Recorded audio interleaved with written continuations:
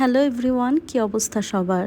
আজকে আমি সবথেকে সহজ, সবথেকে মজার একটা এগ রেসিপি দেব, সেটা হচ্ছে আফগানি এগ অমলেট। অনেকেই এটার সাথে পরিচিত। আমার এটা খুবই পছন্দের। ব্রেকফাস্ট, ডিনার, লাঞ্চ, ভাত, পোলাও, রুটি, পরোটা সব কিছুর সাথে এটা যায়। তো এটা বানানো খুবই সহজ। নাম যতটা কঠিন, বানাতে কিন্তু তার থেকেও অনেক কম সময় লাগে এবং সহজে হয়ে যায়। আমি বলে দিচ্ছি তোমাদেরকে।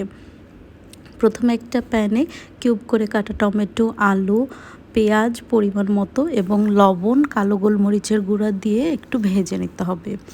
তারপরে সামান্য একটু জিরা গুঁড়া দিব আমি ফ্লেভারের জন্য। যেহেতু এটা হেলদি ব্রেকফাস্ট, আমি চেষ্টা করেছি যতটা কম তেলে করা যায়। আমি যেহেতু স্পাইস লাভার, এতে আমি একটু লাল মরিচের গুঁড়াটা দিয়ে দিব।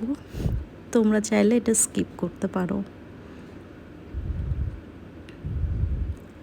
লাল মরিচের গুঁড়া দিয়ে একটু হাত ধোয়া পানি দিয়ে আমি এটাকে একদম লো ফ্লেমে 2 মিনিটের জন্য সিদ্ধ করতে দেব আলুগুলো। এই রেসিপিটা কিন্তু অনেক পপুলার ইন্টারনেটে। আমি ট্রাই করেছি অনেক বছর আগে আমার এক ফ্রেন্ডের কথা শুনে, আর আমার প্রথমবার খেয়ে অনেক মজা লেগেছে। এত অল্প সময় বানানো যায়, এই জন্য এটা আমার কাছে আরও পছন্দ।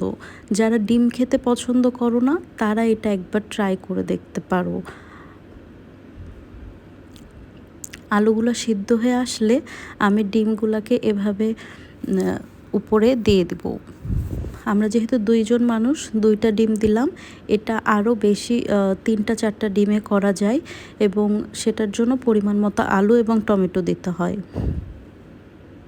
তারপর এখানে আমি কাঁচামরিচ দিয়ে দেবো। কাঁচামরিচের ফ্লেভারটা আমার কাছে খুবই পছন্দের। বেশি না, 3টা কাঁচামরিচ দিয়ে দিলাম। উপর দিয়ে একটু চাট মশলা আর লবণ আর গোলমরিচের গুঁড়া আবার ছিটিয়ে দিলাম ডিমের উপরে।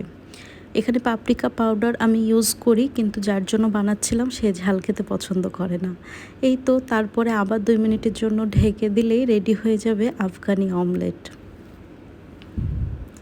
ভেবেছিলাম তো অনেক কঠিন নাম শুনে, কিন্তু দেখো কত সহজ।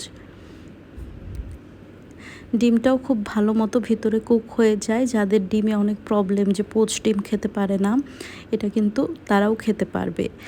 যারা দেখছো তারা বাসাতে নিশ্চয়ই ট্রাই করবা রেসিপিটা, সেটার জন্য নিজের টাইমলাইনে শেয়ার করে রাখবা। ভালো থাকবেন সবাই, আল্লাহ হাফেজ।